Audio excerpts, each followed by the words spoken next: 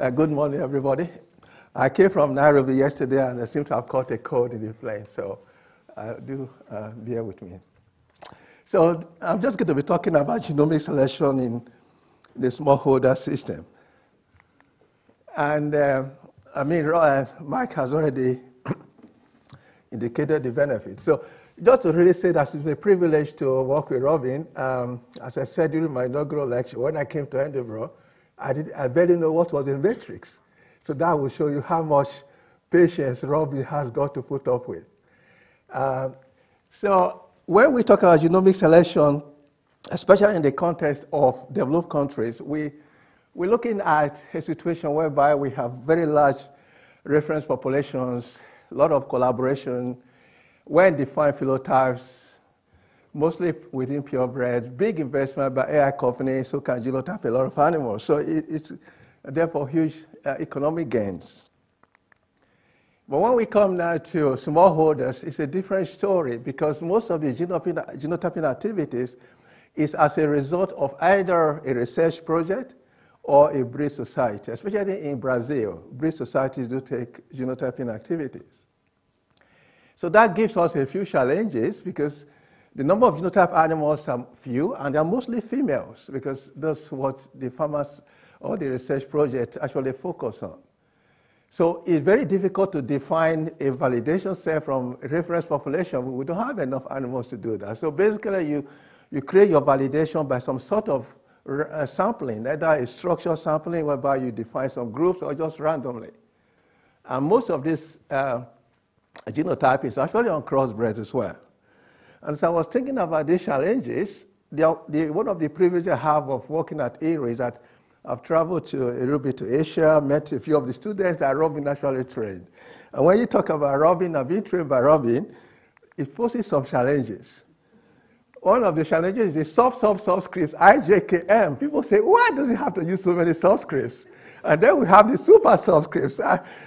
So it's always a problem. And I always tell them there's a secret.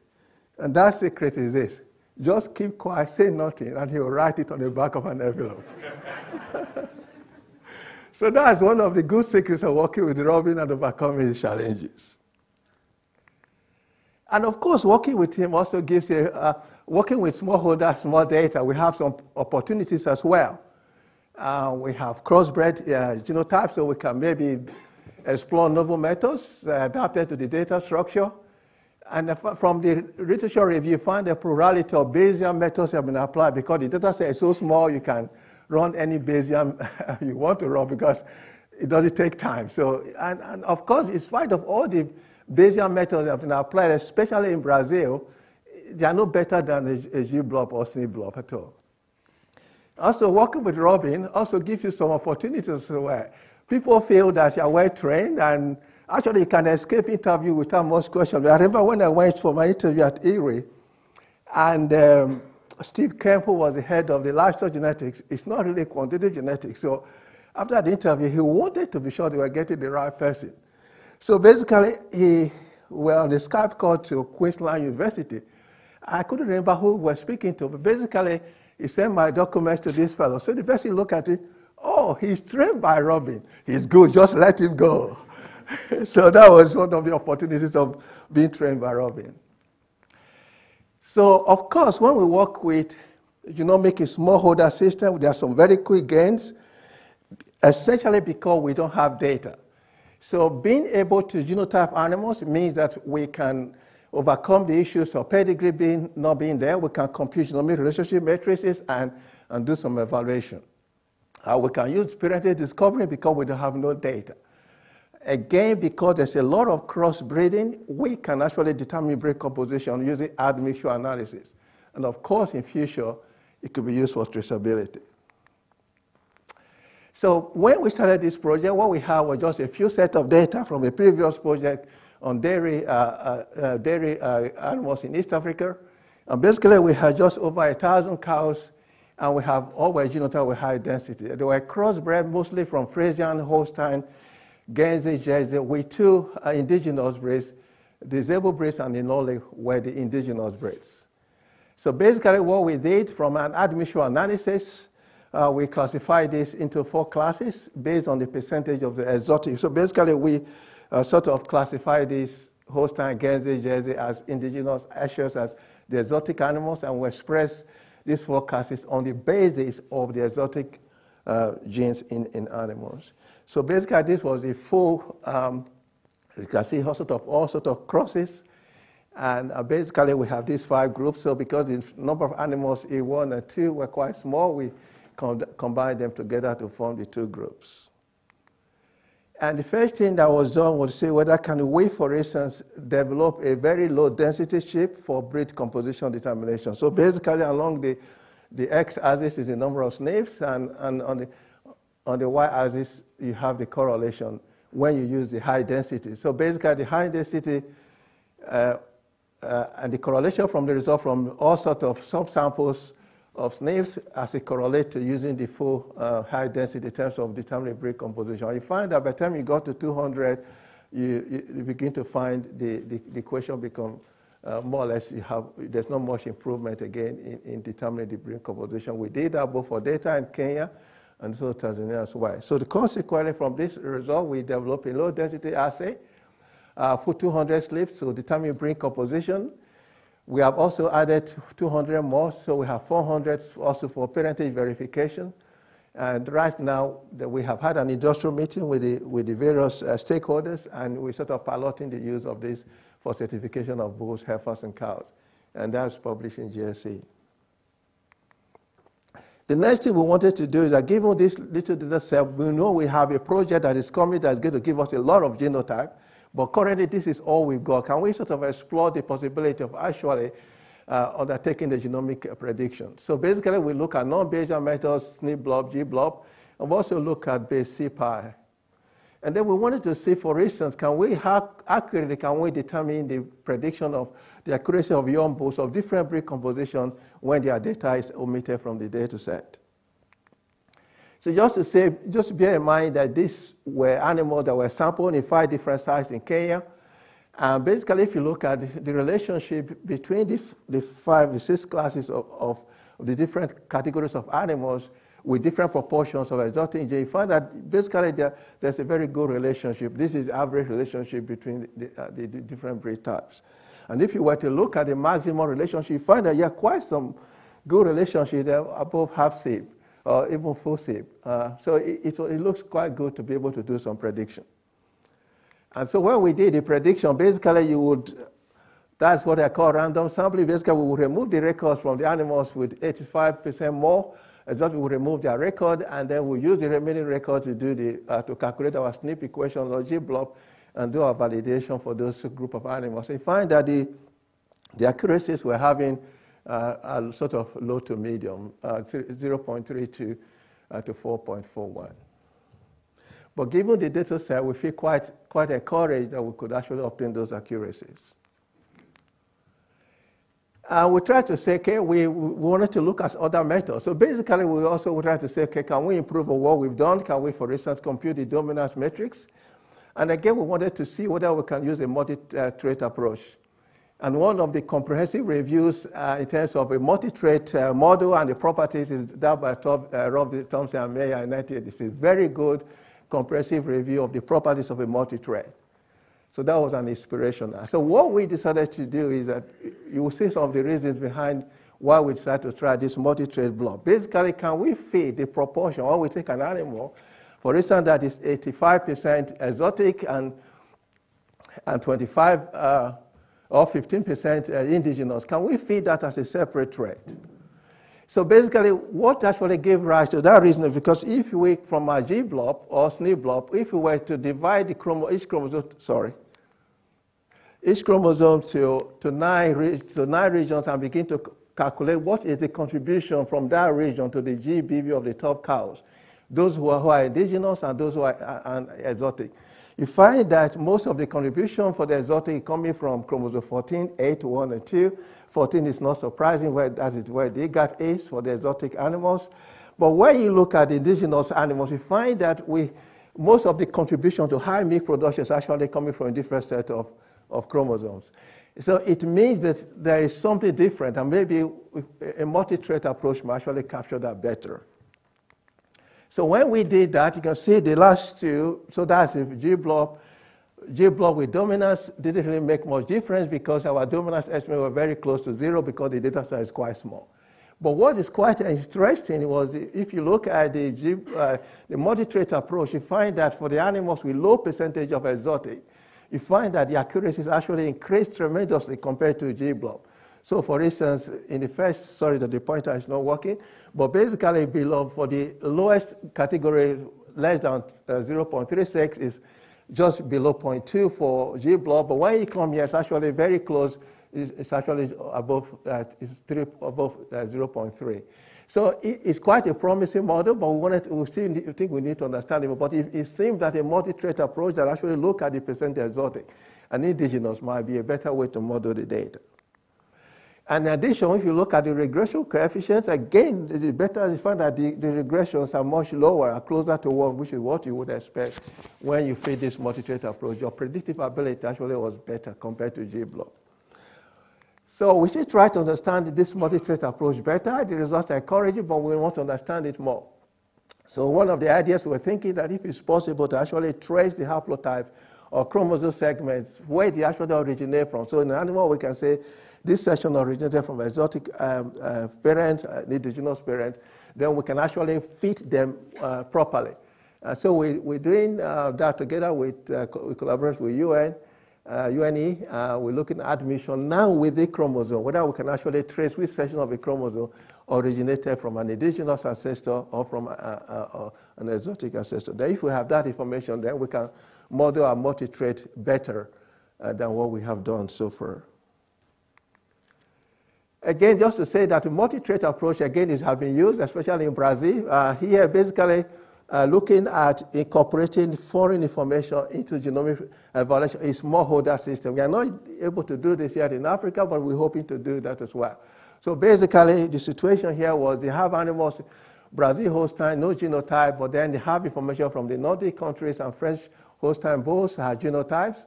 They use interval probes for these foreign countries as correlated trait after deregressing the probes from interval, and then they do a multi-trait single step. And found out just by doing that, there was a massive increase, especially for fat, 45% increase in the reliability, 2% for milk, but very none for protein. So again, this indicates the need for collaboration between developed countries and developing countries in terms of improving genomic prediction for the smallholder system. Now, if you look at when we look at the result currently from the G-blob or SNP-blob, one of the things that stands out that the tough cows are animals with high exotic genes. Although in the model you have fitted the proportion of exotic genes, you have used dominance matrix, but the top list is still dominated by animals with a high proportion of exotic genes. Basically, that is not really what you want. What we really would like to say is that we want to improve meat production, maybe for cows with about medium indigenous gene. So you have animals, let's say 50, 40% indigenous gene, but you want to actually improve the capacity to produce milk. So that prompted us to look at using a weighted gene in G-blob. So basically, we computed SNP effects using base A and base B because the data set is quite small, you can play with them. And then basically we divided the data because the data set is quite limited. So, okay, animals with greater than 65% exotic, let's just call them exotic. We know, and anything less than that is indigenous, and then we can combine as well. So we combine the SNP effect 0.25 for the exotic and 0.75 for the indigenous. We wanted to see what impact, if we were putting different weights on this SNP effect, what impact would it have on your top car ranking? When you do that, the accuracy of prediction didn't change for the animals with very high percentages of exotic, but for those ones with less than 6%, you actually improve the accuracy. So for instance, so the accuracy were 0.21 and 0.16. When you use SNP effect from all the data, and exotic goes to 0.16, but when you use the SNP solutions from the indigenous or the combined, you actually increase the accuracy to 0.21. But in addition to that, if you now look at the top 40% animals, top 40% cows, you have actually increased the proportion of exotic, if indigenous, by 40%. So again, so basically what we try to do, we are looking at different models, given the data set, what are the challenges and how we can actually improve our genomic prediction. So given the data structure, we're quite encouraged by the accuracies we've got. We can use them to identify extreme animals. We can use them for selecting a team of bulls to use the sires. Of course, there will be reduction in generation interval and hopefully increase the rate of productivity. But what is obvious is that we need more data, and as Michael said it, in the area of genomics, phenotype is king. So basically, that is the reasoning behind the Africa Daily Genetic Gain, a project that started about 2 years ago to actually resolve some of these issues of data collection, which is basically the project that took me to Erie. So this is a very brief idea. It's using all sorts of information app, mobile app to collect data, and we feed that straight to the database.